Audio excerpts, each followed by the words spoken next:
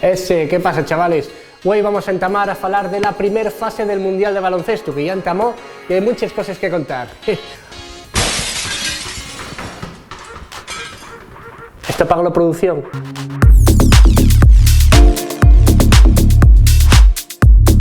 Bueno, lo primero que vamos a falar, como ya vos prometí la semana pasada, y es cómo tienen que hacer los equipos para clasificarse directamente a los Juegos Olímpicos. Que en el fondo esto del Mundial está muy bien, pero es lo que busquen la mayoría de los equipos. Vale, pues resulta que el Mundial de Baloncesto va a otorgar 7 plazas directas para los Juegos Olímpicos, pero no van a ser nada fáciles de algamar.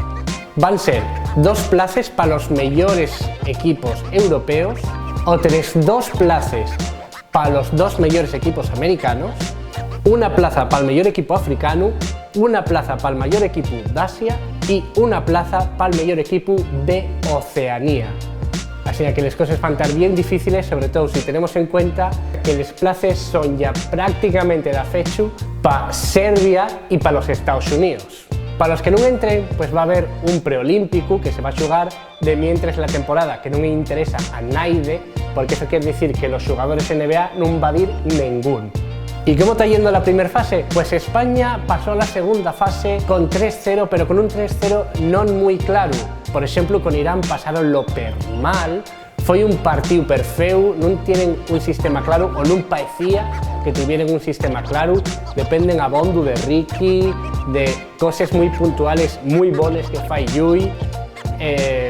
Marc Gasol está haciendo buenos momentos, pero Marc Gasol no es el líder que esperábamos al entamo del Mundial. Ricky ahora mismo es más líder que Marc Gasol. Y bueno, y es verdad que desde el banquillo Quino Colom y Pau Aguilar están haciendo buenos números, pero todavía falta esa fluidez, sobre todo un ataque, porque en defensa están bastante bien, pero en ataque falta una fluidez para poder confiar en ellos. Y pasa y lo mismo, curiosamente, a los Estados Unidos, que también pasen a la segunda fase con un 3-0, pero con muchas dudas. Estuvieron a piques de perder es contra Turquía por un punto y na prórroga, que fue un partido yo vilo en directo y casi me dan un dalgo al coral.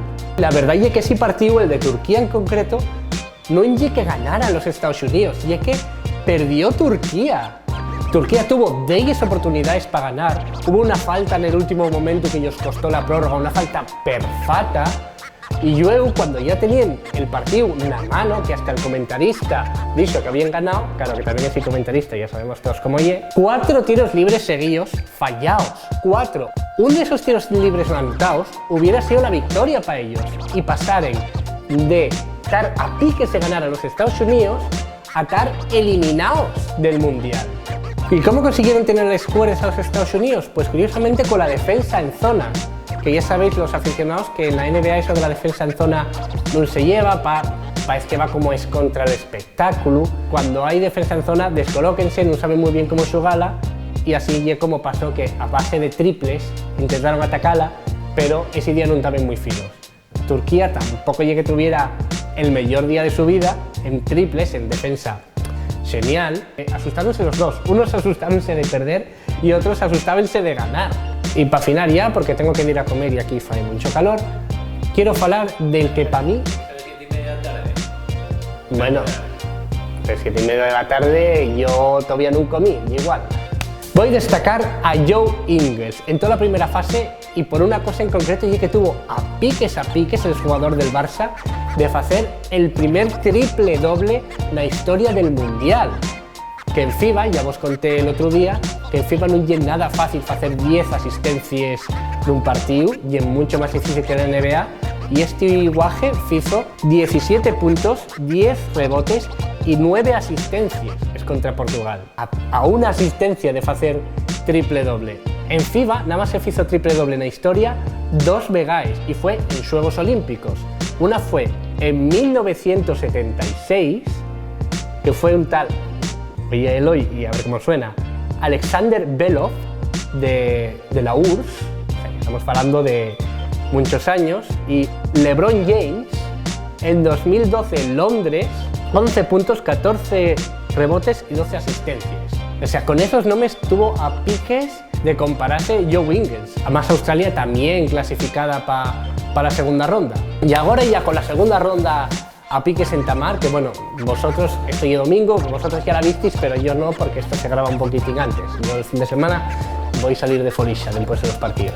Pero la semana que viene voy a contaros un poquitín de cómo va a ser esta segunda ronda, que ya se jugó bien repasado para vosotros y este domingo, y los cuartos y semifinales, a ver cómo queden. Y nada más, vémonos ya la viniente semana con este resumen del Mundial, que está el más abierto de la historia. A ver cómo queda, Pepa, a ver cómo va quedando el Mundial. Está emocionante, estoy aguando.